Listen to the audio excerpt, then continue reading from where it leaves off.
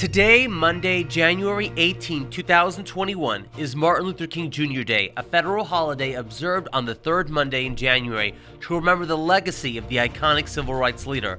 Like in the 1960s, a new civil rights movement has emerged in the form of Black Lives Matter, whose leaders are self-proclaimed trade Marxists with ties to other communist groups.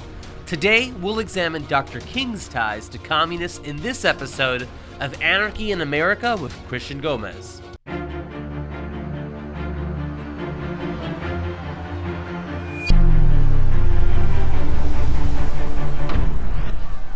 Joining us today to discuss Dr. King and his often overlooked or dismissed ties to communists is John F. McManus, the President Emeritus of the John Birch Society. Thank you for being with us today. Glad to be with you. So, responding to accusations of communist infiltration, Dr. Martin Luther King Jr. was quoted in the July 23, 1964 issue of the New York World Telegram newspaper as saying, quote, "I am sick and tired of people saying this movement has been infiltrated by communists and communist sympathizers. There are as many communists in this freedom movement as there are Eskimos in Florida." So, Mr. McManus, was Dr. King right, or were these Eskimos, so to speak, a lot more prevalent than what he was led to believe? Well, first of all, the movement wasn't infiltrated by communists. It was created by communists. And Martin Luther King was a kind of a nondescript individual who won his degree at Boston University through plagiarism. In other words, he was compromisable. And so somebody landed onto Dr. King and said, you come ahead with us now, we'll make a big feature out of you. And as long as you do our bidding, everything will be fine and we'll take care of you. That's the way it works. So he was brought from nothingness to national attention by the same people who want to destroy America. And that's been going on for a long, long time. So when people think of communists, they think of Marxist-Leninists and individuals that are atheists and that have total disregard for religion. But Dr. King was a Baptist minister, a clergyman. So how exactly is Dr. King affiliated with communists and an ideology that is known for atheism? Well, he formed an organization. And in his organization, he had accepted money from communists. He hired communists. There was one individual named Hunter Pitts Odell who was found out to be a communist working for Dr. King. So he fired him. And then after the noise went down, he hired him the very next day in another city. So his ties to communism were all over the place, as you might say. He attended the Communist Training School at Mount Eagle, Tennessee, where he was photographed along with Abner Berry and Miles Horton and several other top communists. He accepted money from communists, he accepted direction from them, and he carried out their plans. But the plans of the communists regarding the United States were obvious. In fact, the John Birch Society at one time reprinted a couple of communist booklets. I have one here called America's Negro Problems. And in these booklets, the campaign is laid out. And then Martin Luther King actually certified what the intention was of all of the fuss that was being raised by Black activists in the southeast part of the United States. It was in the April 3rd, 1965 issue of Saturday Review, a very left-leaning publication, where King said exactly what his program was. It was 4 steps. First was nonviolent demonstrators go into the streets to exercise their constitutional rights. Well, that means parades, it means demonstrations, it means all kinds of things. Step 2, racists resist by unleashing violence against them. Okay? So he wanted the violence. He became the apostle of nonviolence? No, he wanted the violence. He said so himself. All right, step number 3, Americans of conscience in the name of decency demand federal intervention and legislation. So the violence that he wanted occurred, and Americans were persuaded that what was needed was more federal government. And then the fourth step in his program, the administration, under mass pressure, initiates measures of immediate intervention and remedial legislation. This sounds a lot like the Black Lives Matter movement today. Well, it does, right. And that's exactly what King said himself. I'm not making that up. And anybody who wants to look at it can go look and find the old Saturday Review magazine, and the date of it is April 3rd, 1965. Martin Luther King's whole program was based on creating violence and having a response that included more federal legislation, taking away the freedom of all Americans. But then an interesting thing happened. We had a good member of the John Birch Society named Julia Brown, a woman who came out of Cleveland, Ohio. And Julia Brown had attended in her youth a meeting to discuss the plight of the Negro in America. She was concerned about it, probably had a good reason to be concerned about it. But she went to the meeting, and then she found out by being at the meeting, she had joined the Communist Party. Well, she didn't want that. So she went to the FBI locally there in Cleveland, and she told them, here's what happened to me, and I don't want to be a communist. And they said to her, Mrs. Brown, we have a favor to ask of you. We'd like you to stay in that movement. We'd like you to report to us what's going on with the communists in that movement. Will you do that? She thought about it. She said she would. Her patriotic duty, she would do that. For 9 years, she did it. And finally, after 9 years, she was asked to be the star witness at a trial held against the communists in the Cleveland, Ohio area for wrongdoing, promoting insurrection and so forth. And she was, in other words, outed by her FBI people. Well, the communists didn't like that at all. They found out that they had been infiltrated by Julia Brown, and she feared for her life, had to move out of Cleveland. Well, she became a prominent member of the John Birch Society at that point. She knew where friends were, and they were the friends. Then she became a speaker for our Speakers Bureau. And Martin Luther King was continuing to raise fuss down in the southeast part of the United States. There would be a riot, and it would be put down, or there would be a riot that would succeed, and the federal legislation would follow, and so forth. It got to a point where people in the South, both black and white, who knew that Martin Luther King or his agents had been in their community stirring up problems, they would come together, and they would contact the John Birch Society and said, can you send Julia Brown down here? So she would go down to the South, and she would speak to an audience of 300, 400, 500 people, half black, half white, and tell them exactly what was happening. She became extremely effective. Martin Luther King had to call off several of the planned riots that he had been working on in Southern Virginia, in Northern North Carolina, and so forth. Because Julia Brown had exposed him. Because Julia Brown could be called on to go to those communities and expose them. I'm Julia Brown.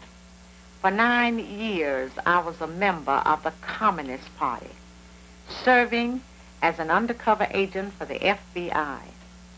During that time, I learned that the communist conspiracy had been planning and working for years to bring violent revolution to America.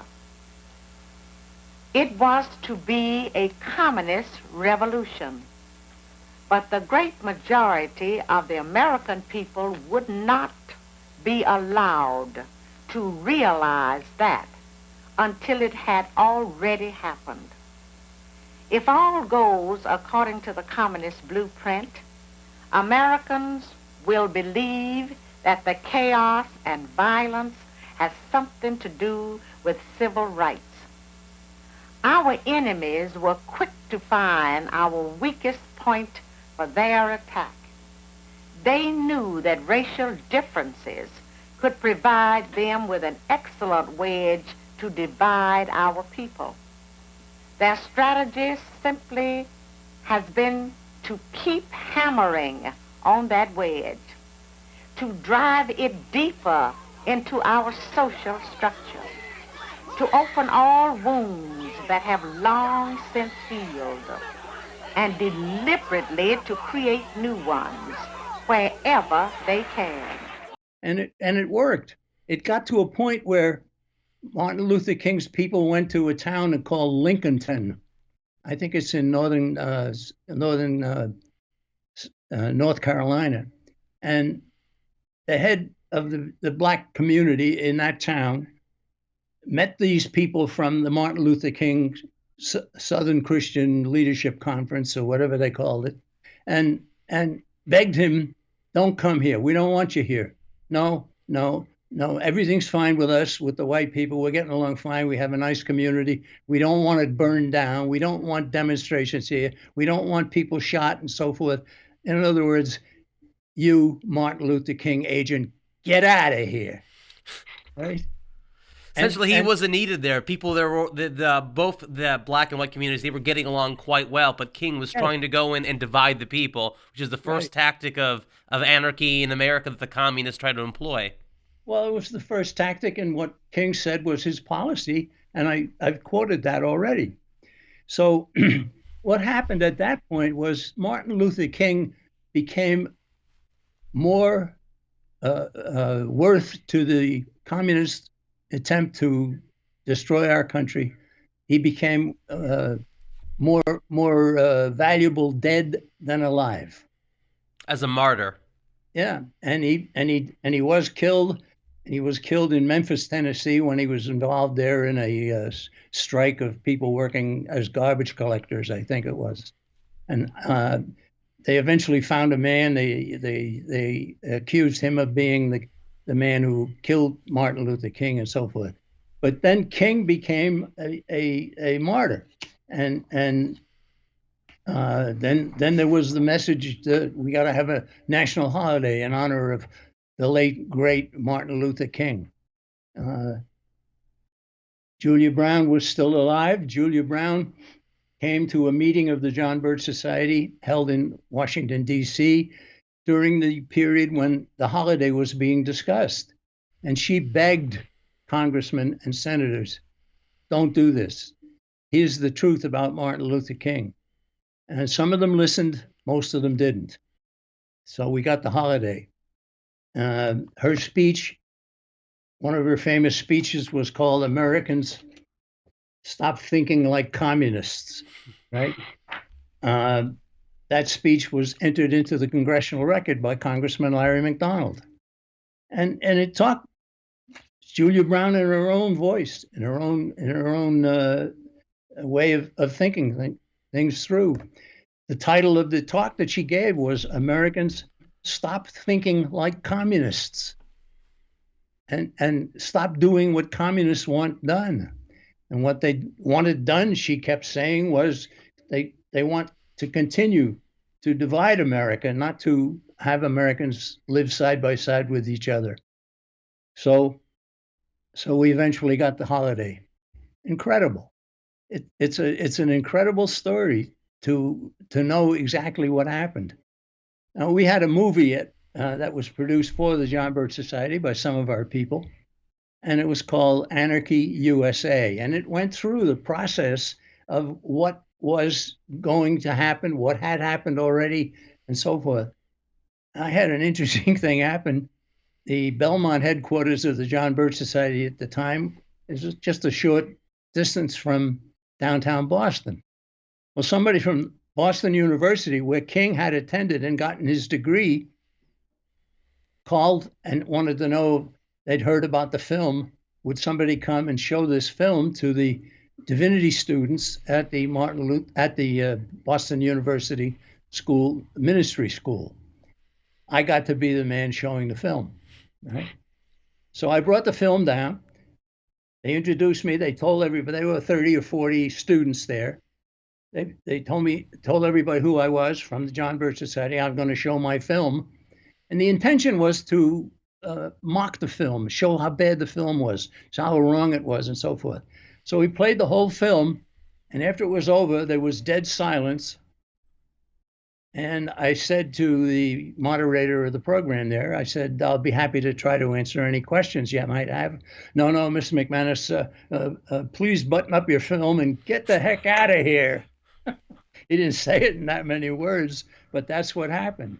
I came back and I told the colleagues at the Birch Society what had happened. We all had a laugh about it, but it showed how effective the film was to portray the communist program, some of the communist agitators, and Julia Brown, of course, was in the film. So was Leonard Patterson. Leonard Patterson was so highly regarded by communist leaders. They took him to Moscow for training for 2 full years. He came back and he saw through it all and he quit. All right. We found him in New York City driving a taxi cab. Leonard, would you like to go on a speaking tour and tell everybody of your experiences? Yes, I would. I'm worried about what's happening in our country. And so he did that as well. But all of what we did was not nearly what was being done in Washington, D.C. to make a holiday out of Martin Luther King's memory. So with everything that's going on now, with the election of Warnock in Georgia to the U.S. Senate, and he, of course, was in 2005, he was made the senior pastor of the Ebenezer Baptist Church, the same church that MLK co-pastored for so long. Do you see sort of new Dr. Kings rising in the form of Warnock and others in the Black Lives Matter movement today? Well, I do, but they're not going to do the same kind of tactics. They've got new tactics today. They have been empowered. There's no doubt about it. They have been empowered, and they don't need to start a little riot in a small community in the southeast part of the United States anymore. But they're still active, and what they want is total government. And Warnock is a man who has expressed that in different wordage, but he has expressed it. So our country is in trouble. Our country needs more people involved in trying to save America, to get back to real American values and so forth. And there's no better way to do that than to join the John Birch Society, and we certainly invite everybody to do that. Contact us, 1-800-JBS-USA-1, and we'd be glad to send information to you and get you started. Thank you so much, Jack. And of course, we hope that those watching would heed your advice and join the John Birch Society. Well, thank you so much, Jack, again, and take care, and God bless you. Thank you. Same to you. During the interview, Mr. McManus pointed to these 2 communist publications.